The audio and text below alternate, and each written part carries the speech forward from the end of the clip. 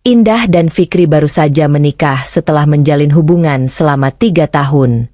Pernikahan mereka berlangsung sederhana namun penuh kebahagiaan. Fikri, seorang karyawan perusahaan konstruksi, dikenal sebagai pria yang penyayang dan pekerja keras.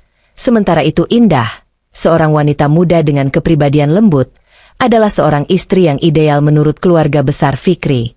Karena kondisi finansial yang belum memungkinkan mereka untuk tinggal di rumah sendiri, pasangan ini memutuskan untuk tinggal bersama Pak Agus, ayah Fikri, di rumah keluarga yang cukup besar di pinggir kota. Pak Agus adalah seorang duda yang kehilangan istrinya 5 tahun lalu akibat penyakit kanker. Kehilangan itu membuatnya menjadi pribadi yang pendiam dan lebih sering menghabiskan waktu di rumah. Kehadiran Indah membawa suasana baru di rumah tersebut. Pak Agus merasa rumah yang sebelumnya sunyi kembali hidup dengan suara lembut dan perhatian seorang wanita. Awalnya hubungan mereka bertiga berjalan normal. Pak Agus memperlakukan Indah seperti anak perempuan sendiri, sementara Indah menghormati Pak Agus sebagaimana seorang anak menghormati orang tuanya. Seiring berjalannya waktu, Fikri mulai sibuk dengan pekerjaannya. Tuntutan proyek di luar kota membuatnya sering bepergian selama beberapa hari, bahkan terkadang hingga berminggu-minggu. Hal ini membuat Indah dan Pak Agus lebih sering menghabiskan waktu berdua di rumah. Mereka mulai terbiasa berbicara lebih banyak, dari obrolan ringan tentang aktivitas sehari-hari, hingga pembicaraan yang lebih mendalam tentang kehidupan dan masa lalu. Pak Agus yang sebelumnya jarang bercerita mulai membuka diri kepada Indah. Ia berbagi tentang rasa kehilangan yang mendalam setelah kepergian istrinya dan kesepiannya selama bertahun-tahun. Indah yang memiliki sifat penyayang merasa iba mendengar kisah Pak Agus. Ia sering mencoba menghibur mertuanya dengan cara-cara sederhana, seperti memasakkan makanan favoritnya atau sekadar menemani berbincang saat sore. Namun tanpa disadari, perhatian Indah mulai membangkitkan perasaan yang berbeda di hati Pak Agus. Perhatian itu mengisi kekosongan yang selama ini dirasakannya. Ia mulai memandang Indah bukan hanya sebagai menantu, tetapi sebagai sosok wanita yang ia rindukan selama ini. Indah mulai merasakan perubahan dalam sikap Pak Agus. Pria itu kerap memberikan perhatian yang terasa berlebihan. Contohnya, ia selalu memuji masakan Indah dengan nada yang berbeda atau menatap Indah lebih lama dari biasanya. Indah mencoba mengabaikan hal tersebut, menganggapnya hanya sebagai bentuk kasih sayang seorang mertua. Namun di dalam hatinya, ia mulai merasa canggung. Perasaan itu semakin kuat ketika suatu hari Pak Agus memuji kecantikan Indah dengan nada yang lebih personal. "Kamu ini cantik sekali, Ran. Fikri benar-benar beruntung punya istri sepertimu," ujarnya sambil tersenyum. Meski terdengar biasa, ada sesuatu dalam cara Pak Agus berbicara yang membuat Indah merasa tidak nyaman. Suatu malam, saat hujan deras mengguyur kota, listrik di rumah tiba-tiba padam. Fikri sedang berada di luar kota dan Indah merasa takut karena tidak terbiasa dengan gelap. Ia mencoba mencari lilin di dapur, namun tidak menemukannya. Tiba-tiba Pak Agus muncul dari arah ruang tengah dengan membawa lilin menyala. "Jangan takut Indah, aku di sini," katanya dengan nada menenangkan. Mereka duduk di ruang tamu dengan cahaya lilin yang temaram. Dalam suasana gelap dan sunyi itu, Pak Agus mulai bercerita tentang kenangan masa mudanya bersama almarhum istrinya.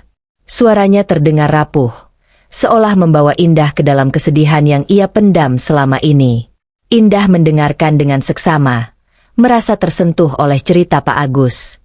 Ia mulai melihat sisi lain dari pria yang selama ini hanya ia pandang sebagai sosok mertua. Namun tanpa mereka sadari, kedekatan emosional itu mulai menciptakan jarak yang berbahaya antara batas yang seharusnya mereka jaga. Hubungan Indah dan Pak Agus perlahan mulai memasuki wilayah yang tidak semestinya. Awalnya hanya obrolan biasa, tetapi lama-kelamaan mereka menjadi lebih terbuka dan intim. Ketika Fikri tidak ada, Pak Agus sering mencari kesempatan untuk mendekati Indah dengan alasan-alasan kecil seperti membantu memasak atau memperbaiki sesuatu di rumah. Indah merasa terjebak dalam perasaan yang bercampur aduk antara rasa hormat, kasihan, dan sesuatu yang lebih dari itu. Hubungan ini terus berlangsung tanpa ada yang mencurigai.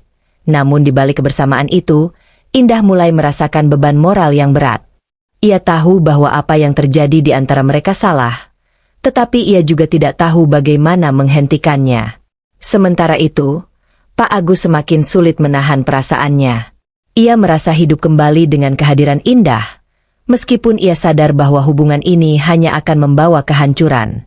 Hari-hari terus berlalu dan hubungan antara Indah dan Pak Agus semakin akrab. Namun, kedekatan ini mulai menimbulkan kegelisahan dalam diri Indah. Ia kerap merasa bersalah setiap kali menerima perhatian lebih dari mertuanya. Suatu pagi, saat Fikri pulang lebih awal dari pekerjaannya, ia menemukan Indah dan Pak Agus tertawa bersama di dapur. Pemandangan itu sebenarnya adalah hal biasa, tetapi cara Pak Agus menatap Indah membuat hati kecil Indah berdebar. Ia khawatir Fikri akan menangkap sesuatu yang aneh. Fikri meskipun tidak menyadari apapun sempat bercanda. "Wah, kelihatannya kalian berdua akrab sekali. Aku cemburu nih." Kalimat itu diucapkan Fikri sambil tertawa, tetapi justru menusuk hati Indah. Ia merasa seakan peringatan halus itu menyadarkannya tentang bahaya yang mulai mengintai pernikahannya. Di sisi lain, Pak Agus justru semakin sulit menutupi perasaannya. Ia mulai menunjukkan perhatian yang lebih jelas kepada Indah baik saat Fikri ada maupun tidak. Indah menyadari hal ini dan mencoba menjaga jarak. Namun setiap kali ia mencoba, Pak Agus selalu menemukan cara untuk kembali mendekatinya, membuat Indah terjebak dalam situasi yang membingungkan. Pada suatu sore, Indah dan Pak Agus duduk bersama di teras rumah. Indah mencoba membicarakan hal-hal ringan seperti cuaca dan pekerjaan Fikri, tetapi Pak Agus malah mengarahkan percakapan ke hal yang lebih personal. "Indah, kamu tahu sejak kamu tinggal di sini, aku merasa lebih bahagia, rumah ini tidak lagi terasa sepi," ucap Pak Agus sambil menatap Indah dengan penuh makna. Kalimat itu membuat Indah terdiam sejenak. Ia tahu bahwa ucapan itu bukan sekedar ungkapan mertua kepada menantunya. Ada sesuatu yang lebih dalam, sesuatu yang seharusnya tidak pernah terucap.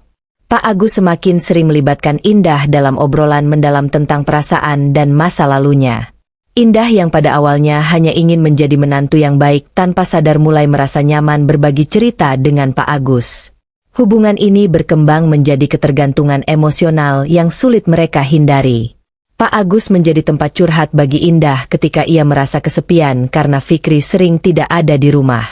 Di sisi lain, Indah menjadi pelipur lara bagi Pak Agus yang merasa hidupnya kosong tanpa sosok istri.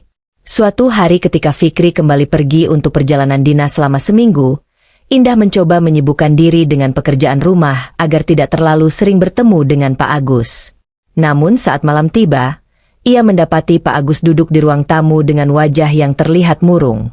"Kamu kenapa akhir-akhir ini menjauh dariku?" tanya Pak Agus tiba-tiba. Pertanyaan itu mengejutkan Indah. Ia mencoba menjawab dengan tenang, "Bukan begitu, Pak. Saya hanya sibuk dengan pekerjaan rumah." Namun Pak Agus tampaknya tidak puas dengan jawaban itu. Ia mendekati Indah dan berkata, "Kamu tahu kamu adalah satu-satunya yang membuatku merasa hidup lagi." Indah hanya terdiam, merasa bingung dengan perasaan campur aduk yang melingkupinya. Malam itu menjadi titik balik bagi Indah dan Pak Agus. Keduanya mulai menyadari bahwa hubungan mereka telah melewati batas yang seharusnya. Namun alih-alih menghentikannya, mereka justru membiarkan perasaan itu tumbuh lebih dalam. Indah merasa terjebak dalam perasaan bersalah, tetapi di saat yang sama ia tidak mampu menolak perhatian dari Pak Agus. Sementara itu, Pak Agus semakin sulit menahan perasaannya. Ia tahu bahwa apa yang ia rasakan adalah salah, tapi ia terlalu larut dalam kebahagiaan semu yang ia temukan bersama Indah. Pada suatu malam, Indah duduk sendirian di kamar sambil memikirkan segala yang terjadi. Ia tahu bahwa dirinya berada di ambang kehancuran. Ia mencintai Fikri, tetapi perhatiannya kepada Pak Agus juga tidak bisa ia pungkiri. Dalam kegelisahannya, Pak Agus tiba-tiba mengetuk pintu kamar Indah. "Indah, aku perlu bicara," katanya dengan suara yang pelan. Indah membuka pintu dengan ragu. Pak Agus memandangnya dengan tatapan serius dan berkata, "Aku tahu ini salah, tapi aku tidak bisa lagi membohongi perasaanku." Mendengar itu, Indah merasa semakin tertekan. Ia tidak tahu harus berkata apa. Semua yang ia takutkan mulai menjadi nyata dan ia tidak memiliki keindahan untuk menghentikannya. Sejak malam itu, hubungan Indah dan Pak Agus menjadi semakin rumit. Mereka mencoba bersikap biasa di depan Fikri, tetapi hati kecil Indah selalu merasa gelisah. Ia tidak lagi bisa memandang suaminya tanpa merasa bersalah. Sementara itu, Pak Agus semakin Indah menunjukkan perhatian lebih kepada Indah meskipun masih dalam batas yang tersamarkan. Fikri yang selama ini tidak pernah curiga mulai merasa ada yang berbeda dalam rumah tangganya. Namun ia mengabaikan perasaan itu, menganggapnya hanya kelelahan akibat pekerjaannya yang semakin berat. Di sisi lain, Indah mulai merasa bahwa hidupnya menjadi tidak tenang. Ia tahu bahwa hubungannya dengan Pak Agus adalah bom waktu yang suatu saat akan meledak. Namun ia juga tidak tahu bagaimana cara keluar dari situasi ini tanpa melukai banyak pihak. Hari-hari berlalu dan rasa bersalah terus menghantui Indah. Ia mulai menghindari percakapan dengan Pak Agus sejauh mungkin. Namun usaha itu terasa sia-sia karena Pak Agus selalu menemukan alasan untuk berada di dekatnya. Suatu sore saat Fikri baru saja pulang kerja, ia menemukan Indah sedang berbincang dengan Pak Agus di ruang tamu. Tidak ada yang tampak mencurigakan, tetapi Fikri merasakan sesuatu yang berbeda dalam suasana rumah. Ada keheningan canggung setiap kali ia memasuki ruangan.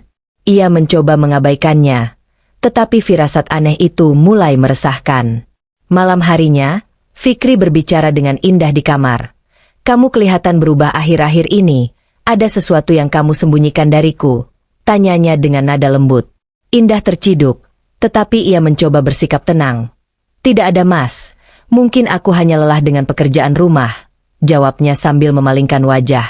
Fikri mengangguk, tetapi keraguan tetap mengendap di pikirannya. Ia mulai memperhatikan lebih cermat setiap interaksi Indah dengan Pak Agus, meskipun ia tidak ingin langsung menyimpulkan sesuatu yang buruk. Pada suatu malam, Fikri pulang lebih larut dari biasanya. Saat memasuki rumah, ia mendengar suara langkah kaki tergesa-gesa dari ruang tamu menuju dapur. Ia menemukan Pak Agus berdiri di dapur dengan wajah yang tampak gugup. "Ngapain, Pak?" tanya Fikri dengan nada santai tetapi menyelidik. Pak Agus tersenyum canggung. "Ah, cuma mau minum air saja. Kamu pulang terlambat." "Nak." Fikri mengangguk, tetapi perasaannya semakin tidak menentu. Ia merasakan ada sesuatu yang tidak beres, tetapi ia tidak memiliki bukti apapun untuk mendukung kecurigaannya. Sementara itu, di dalam kamar, Indah merasakan jantungnya berdegup kencang. Ia tahu bahwa situasi ini semakin berbahaya. Setiap gerakan, setiap percakapan, semuanya terasa seperti jebakan yang bisa meledak kapan saja. Ia ingin berbicara dengan Pak Agus untuk menghentikan semua ini, tetapi keindahannya selalu hilang setiap kali berada di hadapannya. Indah merasa terjebak dalam lingkaran kesalahan yang tidak memiliki jalan keluar. Semakin lama, hubungan Indah dan Pak Agus menjadi semakin sulit disembunyikan. Meskipun tidak ada tindakan nyata yang melampaui batas sejak terakhir kali mereka bicara serius, kedekatan emosional mereka sudah cukup menciptakan jurang dalam hubungan Indah dan Fikri. Indah mulai merasa bahwa ia tidak pantas menjadi istri Fikri. Ia sering menangis diam-diam di kamar mandi, mencoba mencari cara untuk mengakhiri semua ini tanpa merusak keluarganya. Namun setiap kali ia mencoba menjauh, Pak Agus selalu menariknya kembali dengan perhatian dan kata-kata manis yang sulit ia tolak. Pak Agus di sisi lain semakin sulit menutupi perasaannya. Ia tahu bahwa apa yang ia lakukan salah, tetapi kehadiran Indah telah menjadi penghibur utama dalam hidupnya. Baginya, Indah adalah cahaya yang menghidupkan hari-harinya yang sepi. Ia merasa sulit untuk melepaskan sesuatu yang telah menjadi sumber kebahagiaan bagi dirinya, meskipun ia sadar bahwa kebahagiaan itu adalah dosa. Fikri yang selama ini tidak pernah berpikiran negatif, mulai menangkap perubahan sikap Indah. Ia merasa istrinya lebih sering menghindar saat ia mencoba mendekat. Ia juga menyadari bahwa Pak Agus semakin sering berada di rumah, bahkan ketika Fikri tidak ada. Kecurigaan itu perlahan berubah menjadi kegelisahan yang sulit ia kendalikan. Suatu malam, Fikri memutuskan untuk berbicara dengan mertuanya, Ibu Susi, tentang apa yang ia rasakan. "Bu, aku merasa Indah dan Bapak agak terlalu dekat belakangan ini. Apa Ibu juga merasa begitu?" tanyanya hati-hati. Ibu Susi terkejut mendengar pertanyaan itu, tetapi ia mencoba menenangkan Fikri. "Jangan berpikiran macam-macam, Nak. Mungkin itu cuma perasaanmu saja. Indah anaknya memang ramah, jadi mungkin terlihat akrab dengan siapa saja, jawabnya sambil tersenyum. Namun jawaban itu tidak cukup untuk menghilangkan kekhawatiran Fikri. Ia memutuskan untuk mengamati lebih jauh sebelum mengambil tindakan apapun. Ketegangan dalam rumah tangga Indah dan Fikri semakin terasa. Fikri mulai sering mengajukan pertanyaan-pertanyaan kecil yang membuat Indah gugup. Kamu tadi siang ngobrol apa saja sama bapak? Atau, bapak kok akhir-akhir ini sering bantuin kamu di dapur ya? Pertanyaan-pertanyaan itu meskipun terdengar biasa sebenarnya adalah cara Fikri untuk mencari jawaban atas kecurigaannya. Di sisi lain, Pak Agus mulai merasa bahwa Fikri sedang mengawasi mereka. Hal ini membuatnya menjadi lebih berhati-hati tetapi juga semakin frustasi, karena ia tidak bisa menunjukkan perasaannya secara terbuka. Indah merasa berada di titik terendah dalam hidupnya. Ia mencintai Fikri, tetapi perasaan bersalah terhadap suaminya membuatnya merasa tidak layak berada di sisinya. Ia mulai mempertimbangkan untuk mengungkapkan semuanya kepada Fikri, tetapi ia takut akan dampaknya pada keluarganya. Konflik batin ini membuat Indah semakin terpuruk dan hubungan mereka bertiga pun perlahan-lahan berada di ambang kehancuran. Kecurigaan Fikri semakin hari semakin kuat. Ia mulai memperhatikan hal-hal kecil yang sebelumnya terlewat. Ia melihat bagaimana Indah selalu tampak canggung saat berada di dekat Pak Agus. Ia juga menyadari bahwa Pak Agus sering berada di dapur atau ruang tamu pada saat-saat tertentu, seolah mencari kesempatan untuk berbicara dengan Indah. Semua ini membuat Fikri semakin gelisah. Dalam diam ia merencanakan sesuatu untuk memastikan apakah perasaannya ini benar adanya atau hanya ketakutan tanpa dasar.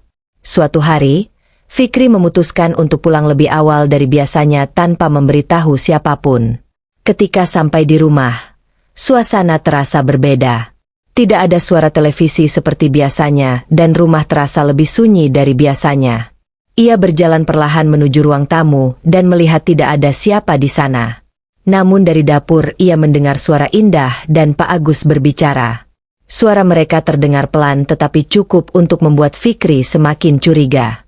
Ia memutuskan untuk tidak langsung masuk ke dapur, melainkan mengamati dari balik pintu. Ia melihat Indah berdiri dengan wajah tegang sementara Pak Agus tampak berbicara dengan nada serius. Fikri tidak dapat mendengar isi percakapan mereka dengan jelas, tetapi melihat ekspresi mereka saja sudah cukup membuat hatinya terguncang. Indah semakin merasa tertekan dengan situasi yang ia hadapi. Perasaannya terhadap Pak Agus yang sempat ia pikir bisa ia kendalikan kini berubah menjadi beban yang begitu berat. Ia tahu bahwa kebersamaan mereka hanya akan membawa kehancuran tetapi ia merasa sulit untuk melepaskan diri. Pak Agus terus meyakinkannya bahwa tidak ada yang perlu mereka khawatirkan, tetapi hati kecil Indah tidak bisa membenarkan apa yang mereka lakukan. Ia ingin mengakhiri semuanya, tetapi setiap kali ia mencoba, ada rasa takut yang menguasai dirinya. Ia takut kehilangan kepercayaan Fikri, takut kehilangan keluarganya, dan takut kehilangan tempatnya di rumah itu. Pak Agus di sisi lain tidak ingin hubungan mereka berakhir. Ia merasa bahwa Indah adalah satu-satunya orang yang membuat hidupnya kembali berwarna. Ia mulai bersikap lebih indah bahkan di depan Fikri. Hal ini justru membuat Indah semakin gelisah. Ia tahu bahwa semakin lama semakin sulit untuk menyembunyikan apa yang telah terjadi. Namun ia juga tidak tahu bagaimana caranya keluar dari lingkaran ini tanpa melukai banyak pihak. Fikri merasa dirinya tidak bisa hanya diam dan menunggu. Ia memutuskan untuk berbicara dengan seorang sahabatnya, Agus, yang selama ini ia percayai. Fikri menceritakan apa yang ia rasakan dan kecurigaan yang selama ini menghantuinya. Agus yang terkejut mendengar cerita itu menyarankan Fikri untuk mengumpulkan bukti terlebih dahulu sebelum bertindak. Kamu harus yakin dulu Mas. Jangan sampai keputusanmu hanya berdasarkan perasaan. Kalau memang ada yang salah, bukti itu yang akan menjadi penentu, ujar Agus dengan nada bijak. Mendengar saran Agus, Fikri mulai merancang rencana. Ia memutuskan untuk memasang kamera kecil di ruang tamu dan dapur, tempat di mana ia merasa banyak hal mencurigakan terjadi. Ia melakukan ini tanpa sepengetahuan siapapun, termasuk Indah. Meskipun ia merasa bersalah harus melakukan ini, ia yakin bahwa ini adalah satu-satunya cara untuk mengetahui kebenaran. Setelah memasang kamera, Fikri mulai mengamati rekaman setiap malam. Hari pertama tidak menunjukkan apa-apa yang mencurigakan, begitu pula hari kedua dan ketiga. Namun di hari keempat, Fikri melihat sesuatu yang membuat dadanya terasa sesak. Dalam rekaman, ia melihat Pak Agus berdiri sangat dekat dengan Indah di dapur. Meskipun tidak ada tindakan yang terlihat mencurigakan, cara mereka berbicara dan gestur tubuh mereka menunjukkan adanya keintiman yang tidak seharusnya terjadi. Fikri merasa hatinya mulai hancur, tetapi ia belum ingin langsung menghadapi mereka. Ia ingin memastikan bahwa tidak ada ruang untuk keraguan. Fikri juga mulai memperhatikan tingkah laku Indah di rumah. Ia melihat bagaimana istrinya selalu tampak gugup setiap kali Pak Agus ada di dekat mereka. Indah juga sering menghindari kontak mata dengannya, seolah takut sesuatu akan terbongkar. Semua ini membuat Fikri merasa bahwa kecurigaannya bukanlah hal yang salah. Ia tahu bahwa waktunya untuk menghadapi kebenaran semakin dekat. Malam itu, Fikri memutuskan untuk memutar rekaman dari kamera yang ia pasang di ruang tamu. Ia tidak menyangka bahwa rekaman itu akan menunjukkan sesuatu yang tidak pernah ia bayangkan. Dalam rekaman, ia melihat Pak Agus berbicara dengan Indah dengan nada yang pelan tetapi penuh tekanan. Indah tampak menangis, sementara Pak Agus mencoba menenangkannya. Fikri merasa darahnya berdesir melihat adegan itu. Ia tidak tahu apa yang sebenarnya terjadi, tetapi ia tahu bahwa ada sesuatu yang disembunyikan darinya. Fikri memutuskan untuk tidak menunggu lebih lama. Ia menyimpan rekaman itu sebagai bukti dan bersiap untuk menghadapi Indah dan Pak Agus. Hatinya berat, tetapi ia tahu bahwa kebenaran harus diungkap. Malam itu ia memanggil Indah dan Pak Agus untuk berbicara di ruang tamu. Dengan tenang tetapi tegas, Fikri berkata, "Ada sesuatu yang ingin aku tanyakan dan aku harap kalian jujur padaku." Indah langsung tampak pucat, sementara Pak Agus berusaha menjaga ketenangannya. Apa yang akan terjadi selanjutnya menjadi momen yang menentukan bagi keluarga ini. Malam itu menjadi malam yang paling mendebarkan bagi Fikri, Indah, dan Pak Agus. Setelah memanggil mereka ke ruang tamu, suasana berubah tegang. Wajah Indah tampak pucat pasi, sementara Pak Agus mencoba bersikap tenang. Fikri yang selama ini dikenal sebagai pria sabar terlihat berbeda malam itu. Suaranya tegas, tetapi matanya menunjukkan kekecewaan yang begitu dalam. "Aku sudah lama merasa ada sesuatu yang kalian sembunyikan dariku," kata Fikri sambil menatap mereka bergantian. "Dan sekarang, aku ingin tahu apa yang sebenarnya terjadi." Indah menunduk tanpa berkata apa-apa, sementara Pak Agus mencoba mengambil alih pembicaraan. "Fikri, kamu jangan berpikir macam-macam. Tidak ada apa-apa antara aku dan Indah. Semua ini hanya kesalahpahaman." Namun kata-kata itu justru membuat Fikri semakin yakin bahwa sesuatu yang besar sedang disembunyikan. Ia mengeluarkan ponselnya dan menunjukkan potongan rekaman yang ia ambil dari kamera. "Kalau tidak ada apa-apa, jelaskan ini," ujarnya sambil memainkan video pendek yang menunjukkan Pak Agus berbicara dengan Indah di dapur dengan cara yang intim.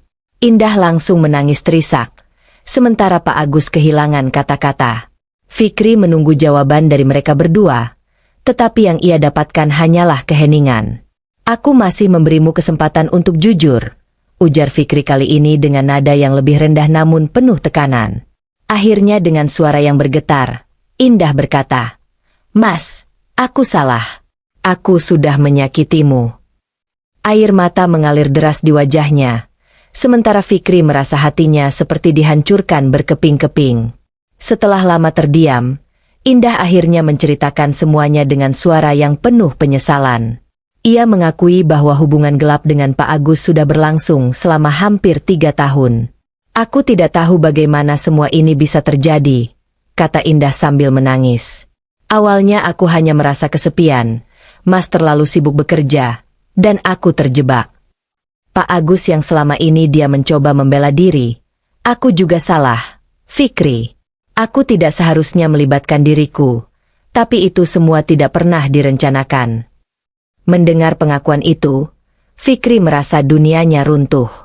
Ia tidak pernah membayangkan bahwa istri yang ia cintai dan ayah yang ia hormati bisa mengkhianatinya seperti ini. "Bagaimana kalian tega?" tanyanya dengan suara bergetar. "Aku bekerja keras untuk keluarga ini, sementara kalian menghancurkannya." Indah hanya menangis tanpa henti, sementara Pak Agus tampak tak mampu berkata apa-apa.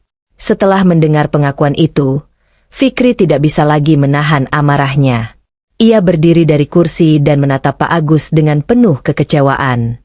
"Kamu bukan hanya ayahku, tapi juga panutanku. Kenapa kamu lakukan ini padaku?" tanya Fikri dengan nada tinggi. Pak Agus mencoba meminta maaf, tetapi Fikri tidak ingin mendengar apapun darinya. "Kamu sudah menghancurkan semuanya. Aku tidak tahu apakah aku bisa memaafkanmu."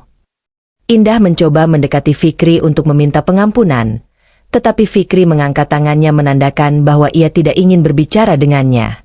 "Aku butuh waktu," kata Fikri dengan suara yang lebih rendah. "Aku tidak tahu apakah aku bisa menerima ini.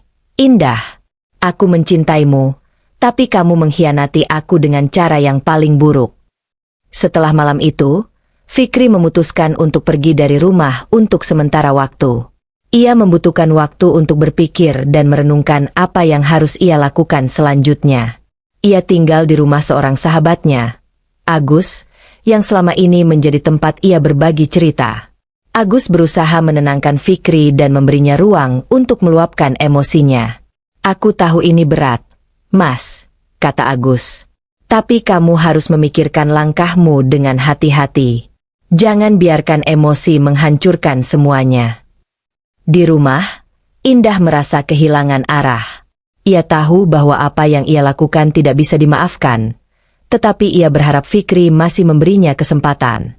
Sementara itu, Pak Agus memilih untuk pergi ke rumah saudaranya di desa untuk menghindari ketegangan yang lebih besar. Hubungan dalam keluarga itu benar-benar hancur dan semua pihak merasa terluka. Setelah beberapa minggu, Fikri akhirnya kembali ke rumah. Ia masih belum bisa sepenuhnya memaafkan Indah atau Pak Agus, tetapi ia tahu bahwa ia harus menghadapi semuanya dengan kepala dingin. "Aku kembali bukan karena semuanya sudah baik-baik saja," kata Fikri kepada Indah. "Aku kembali karena aku ingin mencari jalan keluar yang terbaik, terutama untuk anak kita." Indah merasa sedikit lega mendengar itu, tetapi ia tahu bahwa perjalanan mereka untuk memulihkan hubungan masih sangat panjang. Ia berjanji kepada Fikri bahwa ia akan melakukan apapun untuk menebus kesalahannya. "Aku tahu aku tidak pantas dimaafkan, Mas," ujar Indah dengan mata yang penuh air mata.